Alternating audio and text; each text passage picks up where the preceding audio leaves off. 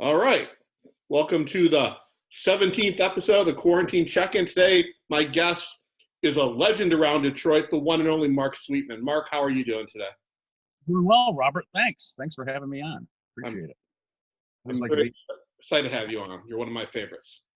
And I like talking to adults too, so that's always nice. So how are you and your family keeping safe and sane during this now extended quarantine? Well, it took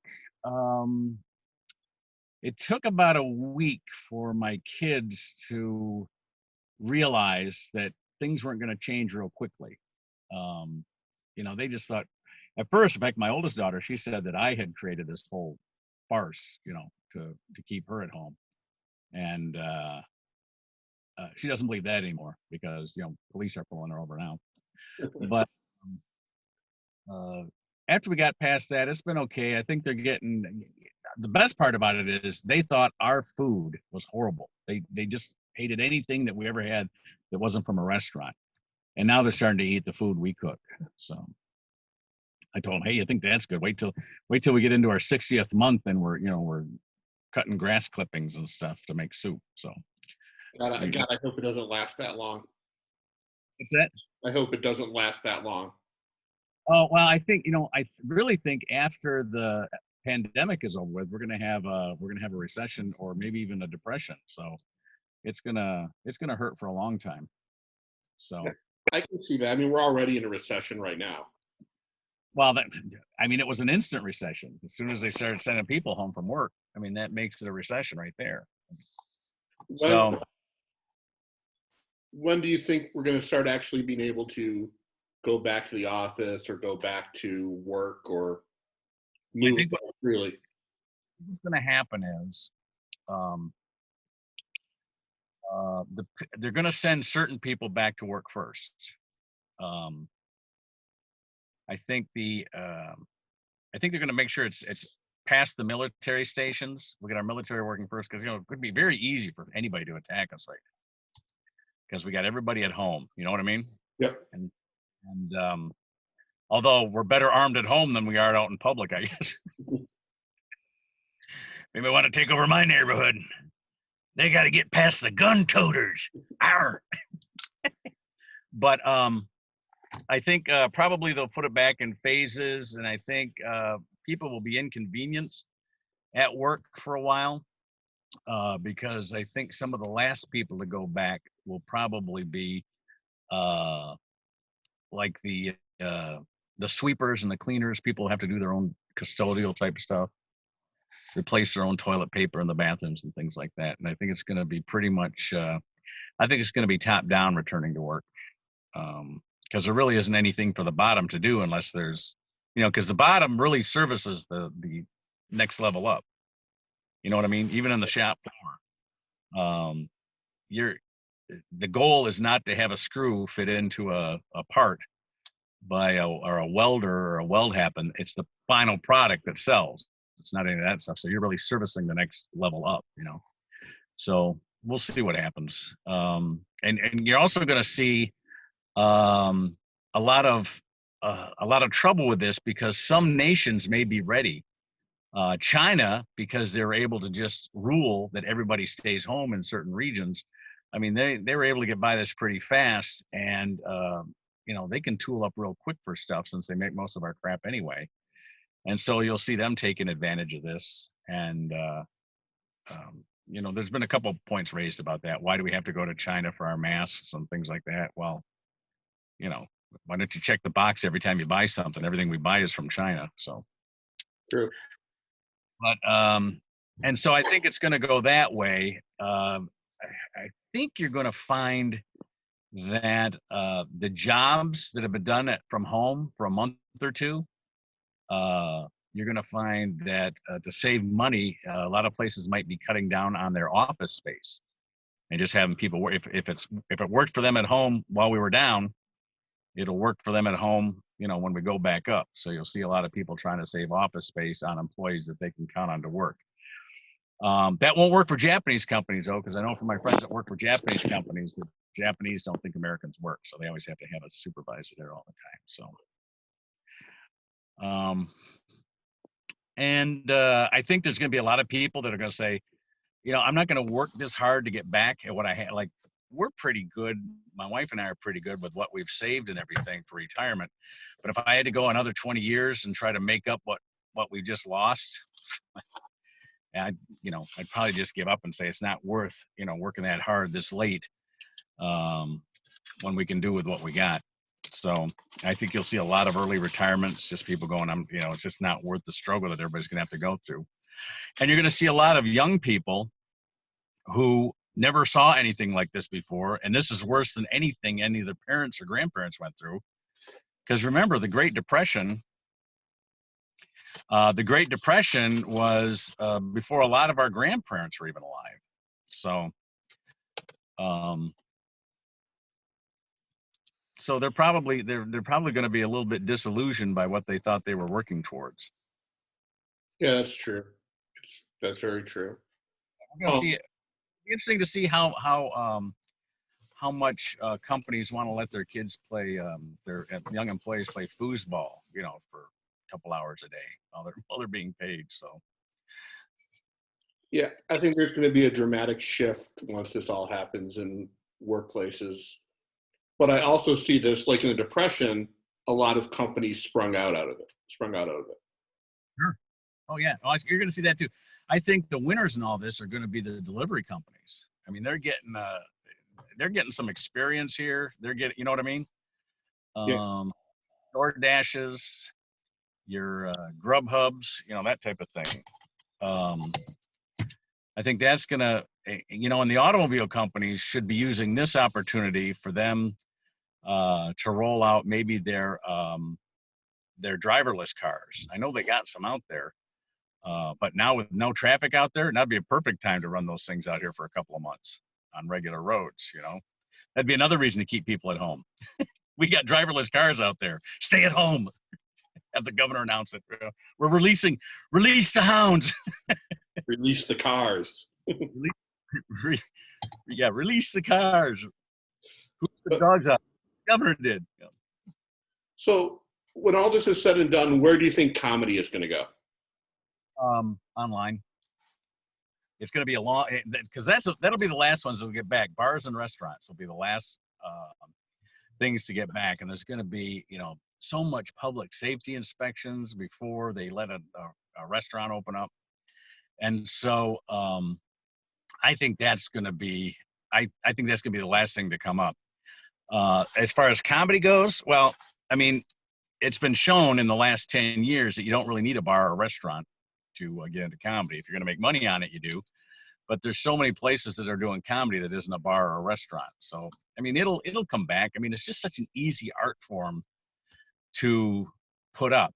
You bring a mic, you bring some lights, people get up. Nobody really has any stage settings. There's no union involvement.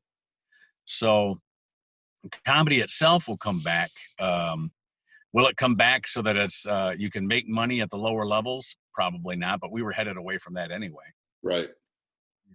It's very hard to start out and make money like when I started. So now, where do you think the clubs are going to go from here? Or do you think they might not exist by the time this comes back? Is over?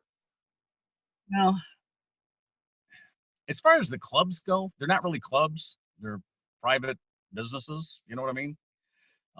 If they were clubs, they could all the comics could band together and, make it a club and have dues paying members and, present shows and things like that.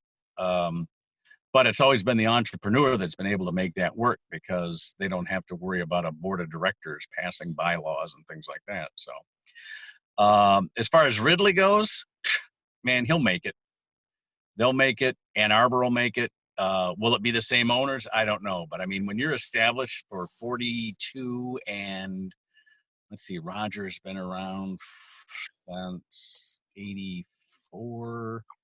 That was 17 years.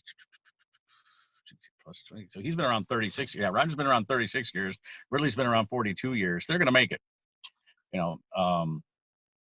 They've just been around longer than a lot of comics have even been alive. So they've got name recognition. There's the movie theater chains that were around then aren't around now, and they're still around. So, I mean, that's comedy may change, but I don't think anything's going to happen with the clubs. People are going to want to go out. So, movie theaters are going to have safety restrictions too now. So, if you listen to Fauci, Dr. Fauci, the president's infectious disease specialist. His infectious disease consultant, he's talking about we're gonna have to stop shaking hands and we'll be wearing masks for a long time. So you can still go to a club without shaking hands and while wearing masks. But comedy clubs will be good for just breaking the tension on all that stuff.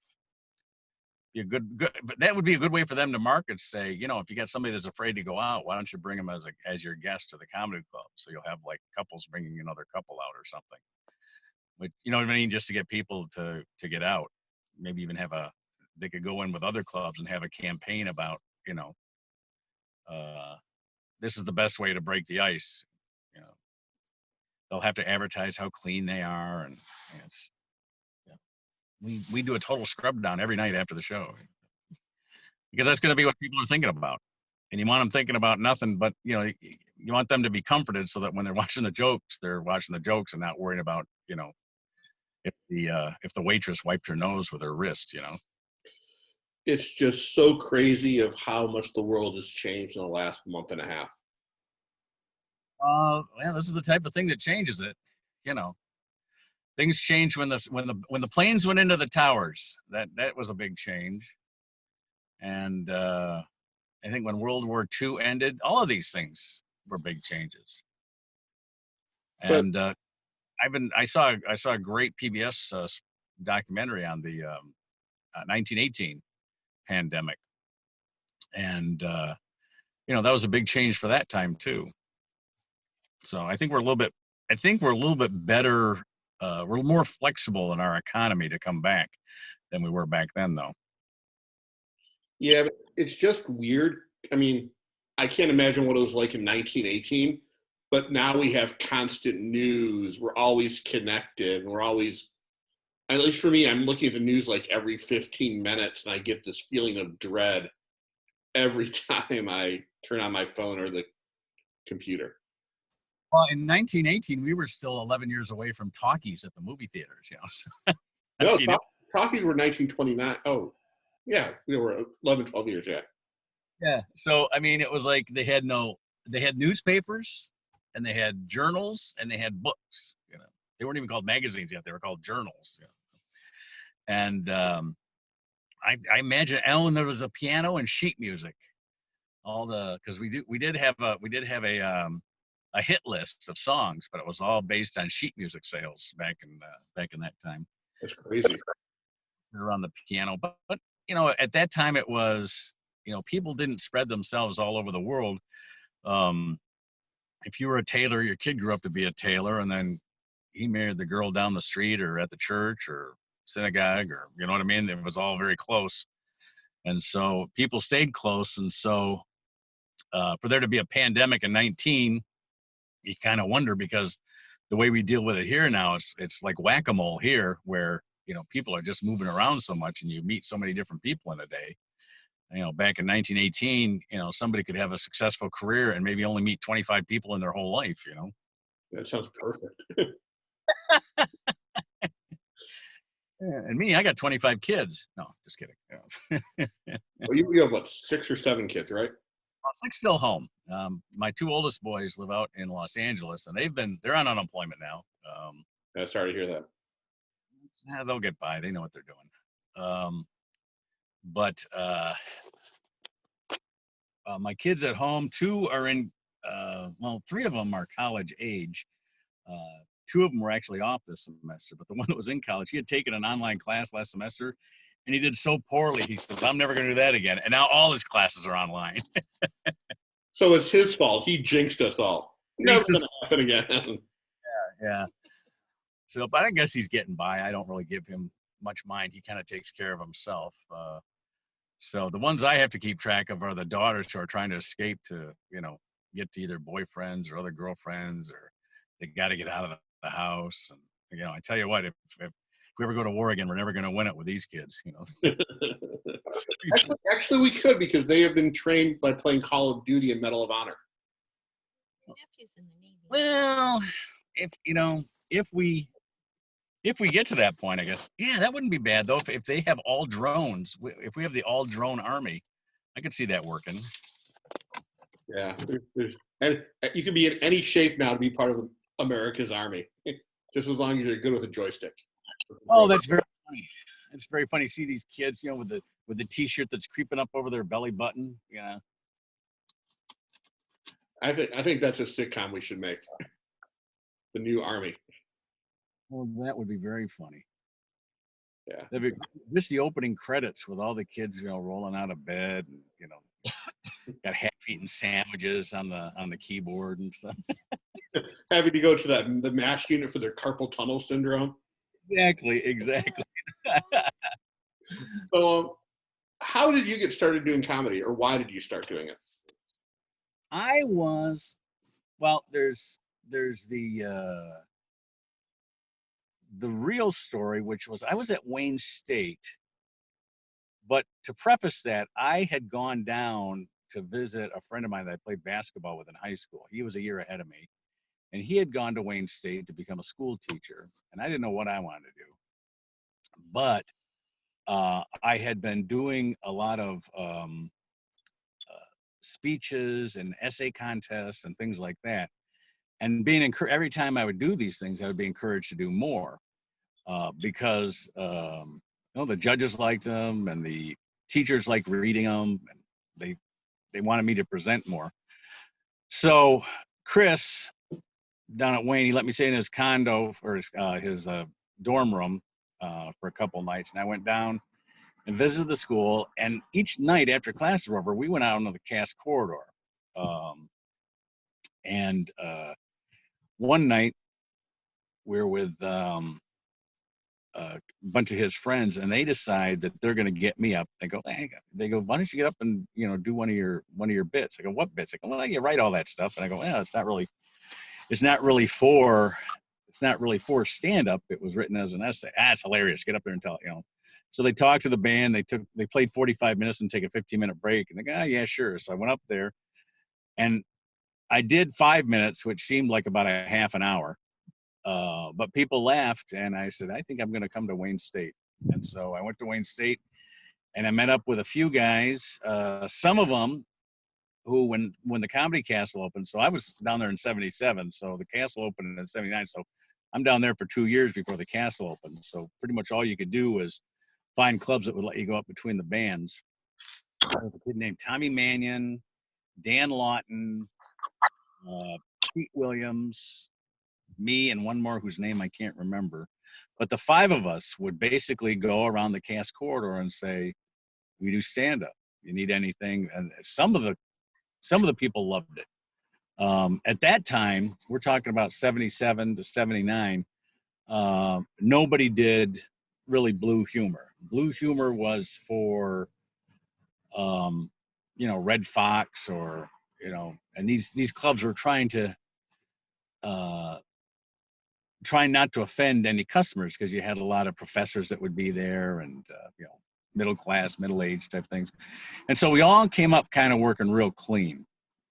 Although, you know, to tell you the truth, Richard Pryor was doing well, and Lenny Bruce was a folk hero, and but for the most part, we worked pretty clean.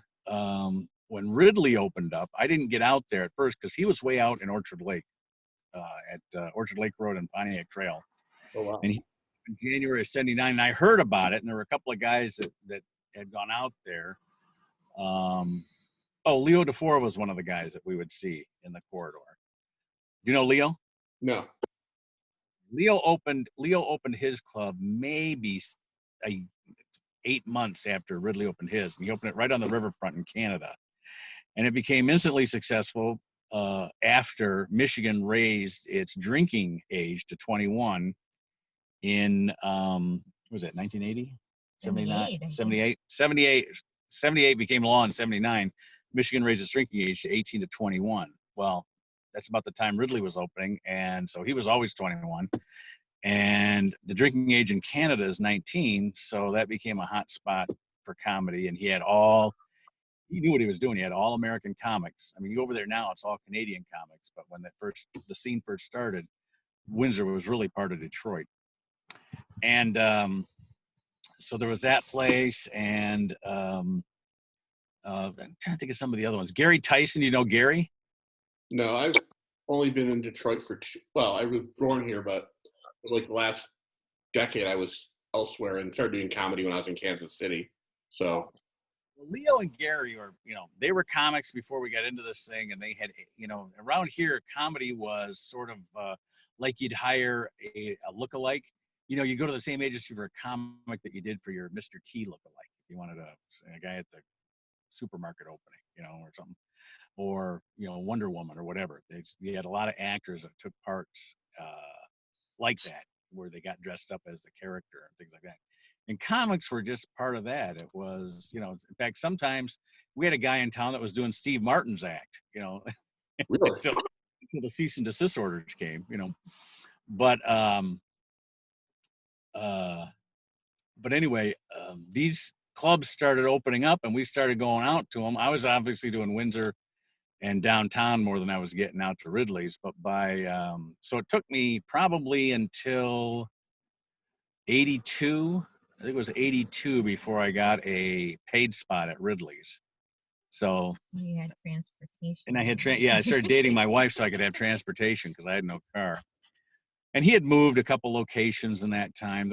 Where he's at right now, he's been since 1991, but he moved around quite a bit from 79 to 91. And once you got paid at Ridley's, then you got, then you were kind of in with the boys, and you could start. And I recommend this to everybody that's starting out, is you work in. Everybody's trying to get to be a headliner because that's where the best pay is. But I'm telling you, for my career, it was better for me to be middle for 6 years, because when I moved to LA, I had worked with almost everybody that was out there. So, and all my friends that were headlining all that time go out there and don't know anybody. It's like they're starting over, doing the open mic. But I mean, I had in my corner when I went out there in '84. I didn't move out there in '84, but I just tested the waters in '84. I had Jimmy Miller, Ollie Joe Prater, Dave Coulier, Mike Binder, Tim Allen. I mean, I had a bunch of guys that, when I walked into the Improv or the Comedy Store, they go, "Oh yeah, you can put him on. Yeah, he's legit." And so, because on lineup night they could get anybody coming off the street. And so that saved me from doing all the open mics. I didn't have to do any open mics once I got out to LA, which was kind of handy, and got me working there real quick, and did pretty well there for a while. And I ended up coming home for various reasons. One of them was I kind of made some poor choices, and it was kind of affecting my work. And I got a job offer from my brother's company. He didn't own the company; he worked for him, and it was a position that I could grow in, and I could still do comedy there. So I took that position back in Michigan. But by that time, I had established myself out in LA. So for about 10 years, I booked myself out of LA until it became clear that I wasn't there. But for the last 3 years, I've been going back there with my writing partner, Gary Hardwick, and we've been pitching sitcoms to the networks. And Gary's kind of established, so we don't have to go through the talk to the college intern before you can talk to the 24-year-old executive producer, before you can talk to the 30-year-old showrunner. right.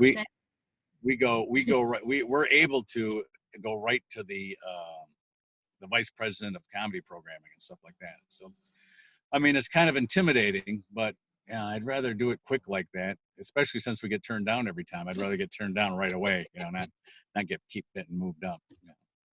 But Get turned down from the top. well, yeah, like to get turned down from the big people.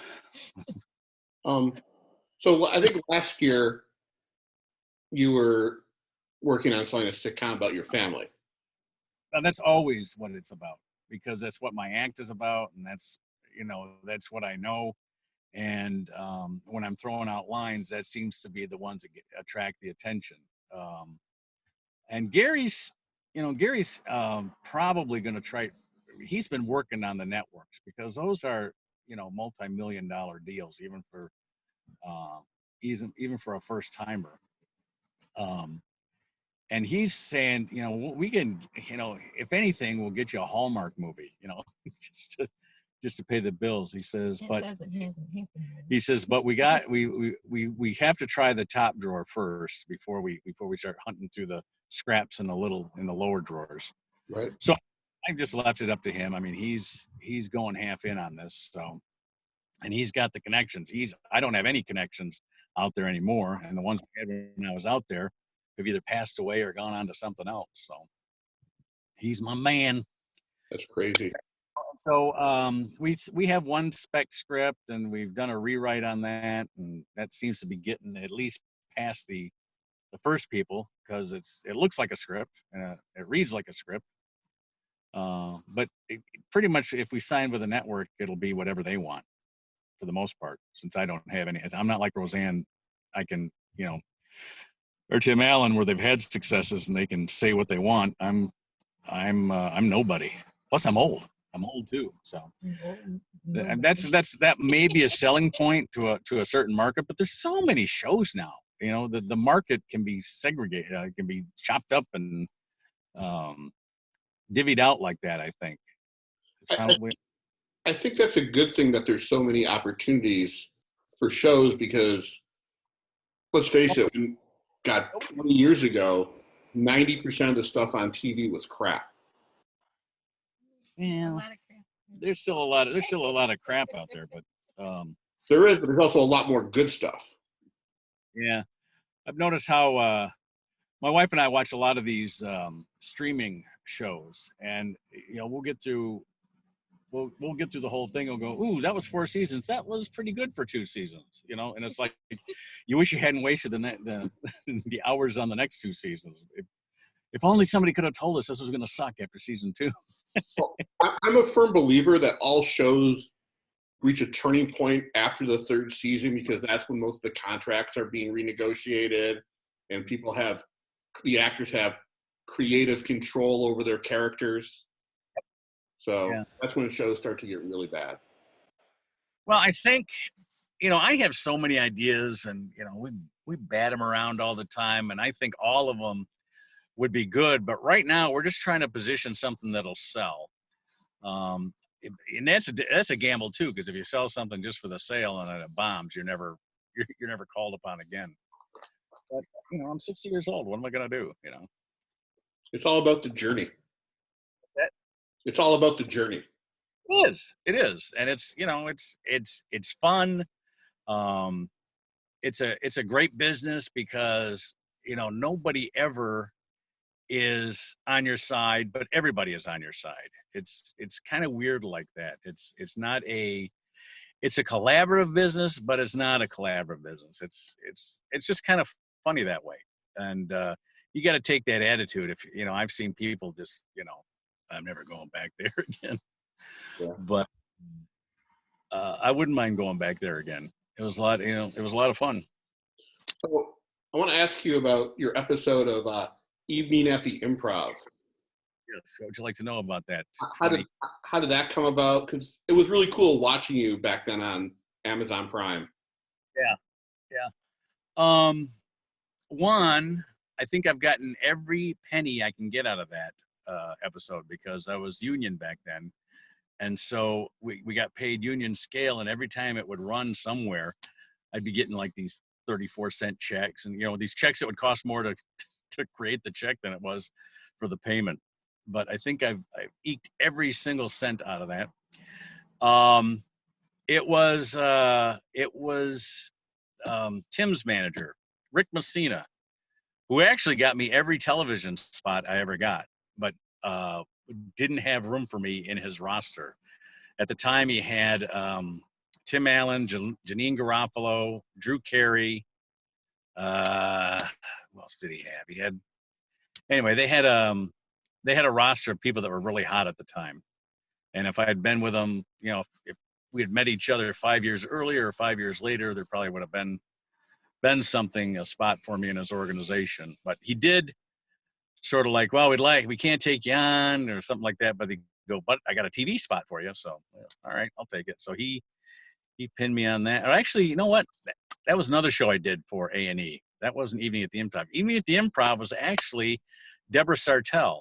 Deborah Sartell was a booker for the Improv road gigs, which I did before I actually got into the Improv. I was doing their road shows because my dad and my brothers lived out in San Diego, and they had an Improv down there. Whenever I'd go out to visit, I would do their open mics, and the owner there, Mark Anderson, owned like 5 Improvs, and so he was putting me in those Improvs and as the opener. And so again, just like being the middle in Detroit, being the opener at the Improv opened some doors for me. And so Deborah heard about me, and a few other people. The Ice House got word of it, and I started getting, it's like 87, 88, 89. I started getting a lot of road gigs with these clubs that were expanding all the time. And so she booked me for the television show. And I believe the conversation went like, hey, I need some work in May. Everything's falling off. I got my summer book, but I need some work in May. And she said, well, I don't have anything. We're all booked up. And I said, well, how about that TV show? You'll let anybody do that. And because at the time, you know, it was like season 7. They were pretty much down to anybody. 22. So what was it? Season 22. Oh, yes. It was season 22. Oh, wow. But anyway, so they booked me for that. Had a good time. I got to work. Janine Garofalo was on that show, and Doug Benson and Greg Ray, and these are all people that I'd worked with before, so I knew everybody. That was fun. I'm not supposed to be Anthony And Perkins. it was supposed to be Anthony Perkins was supposed to be the host, but they and the other host for the second show they were taping that night was Jackie Harry, and they flipped the host at the last minute. So all my good no mother no jokes were were kind of put on the kibosh. I couldn't do any of those psycho jokes that I had planned for our host. Doug Benson was completely unrecognizable on that episode. And that is so funny. Doug and I started. In fact, I think we had the same.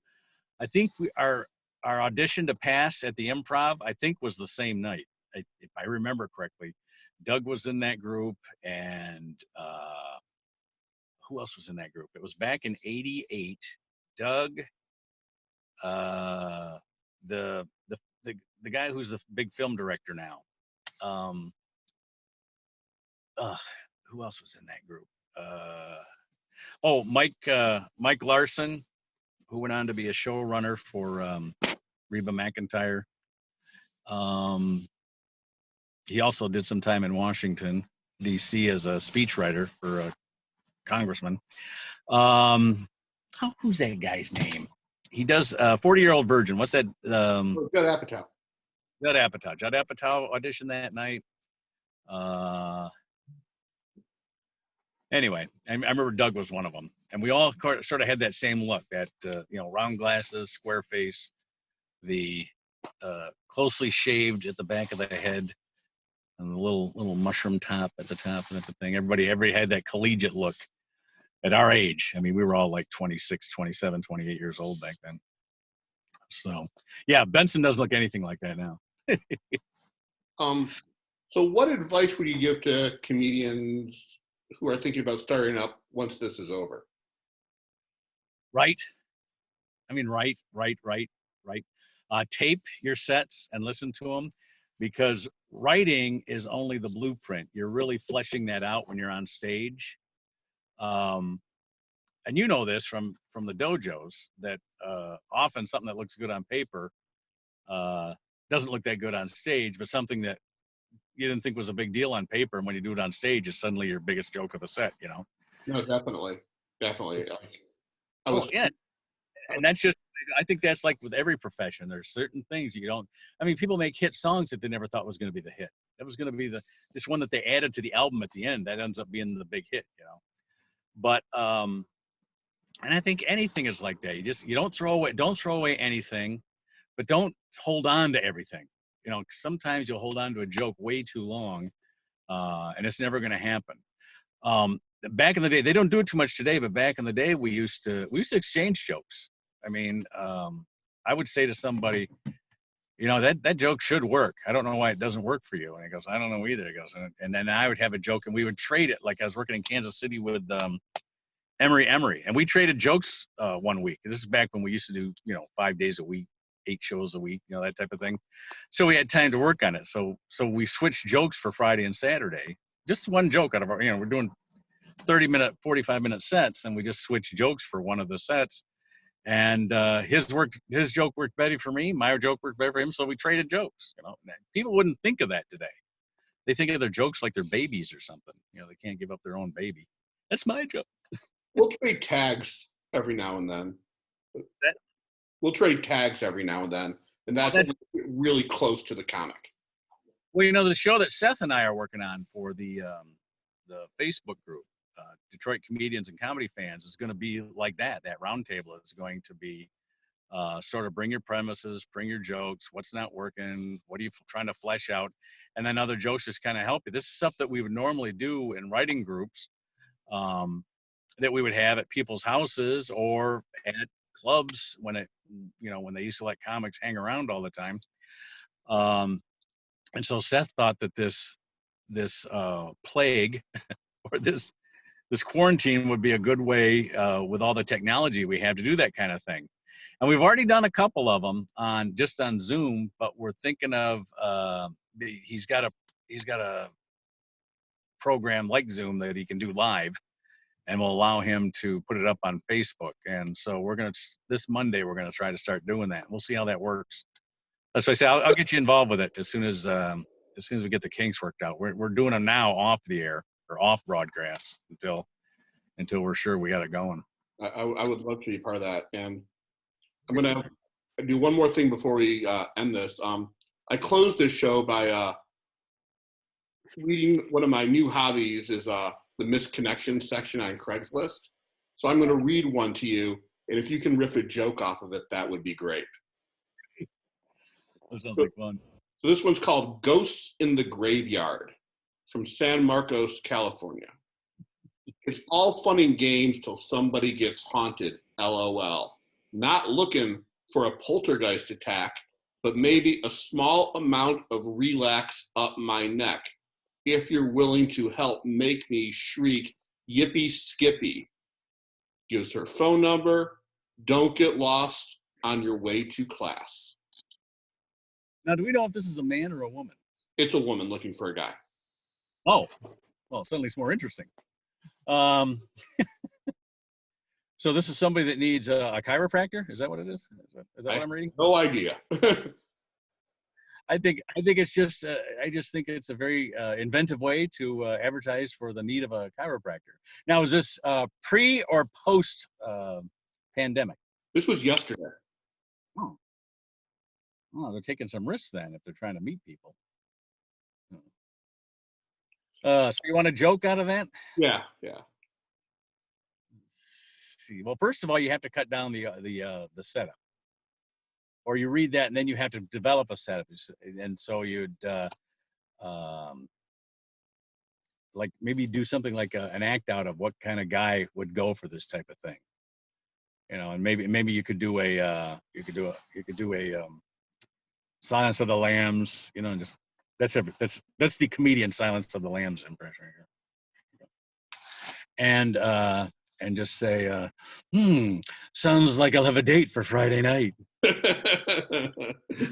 That's funny. My thought is I would never want to be with a woman who shrieks yippee skippy during sex. Oh, did she mention she was gonna? She said, help me shriek yippee skippy. Okay. Now I gotta question her age.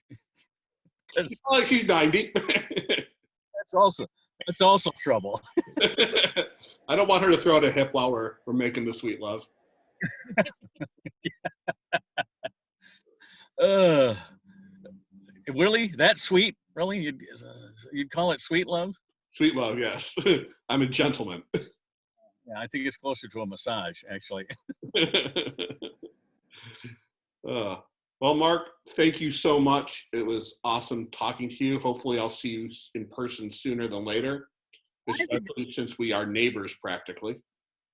Oh, that's right. That's right. Well, I hope to see you too. I think it's going to be probably sooner than I think, but not as soon as people would like. So I think it'll be the middle of May. I think we'll be able to start going to work in shifts at that point. I think you're right. Well, I think there's going to be a whole new setup for getting into work too. So it's not it's just going to be whether you get in or not. And a lot of people have. I bet there's a lot of people with secrets at work that don't want them revealed. That a lot of this, checking people out as they're coming in is going to be a little bit frightening. They may have to change jobs or quit jobs or change their underwear or something. Something that's going to keep people from wanting to go back to their old job. Huh. Maybe how would you like to have that job that they didn't even miss you? You know what I mean? Here you're out for 3 months, and then you go back, and they go, "Oh, you did that? Oh, we really don't need that anymore, do we?" I have a fear that that's going to be the case for some people. You know what? You can just leave. We don't really need you anymore. Did they play that Charlie Brown music as you're walking out? I love that music. I might. That's another thing I've been thinking about doing. Getting a synthesizer or a sample recorder or something like that, just to have those sounds available to you whenever you need something like that. That would just be get the price. The price is right. Defeat music. Wah, wah, wah, wah, wah, wah, wah. There's a button somewhere on the internet called the no button. It just takes Darth Vader's scream from Revenge of the Sith. You just press and you go, no.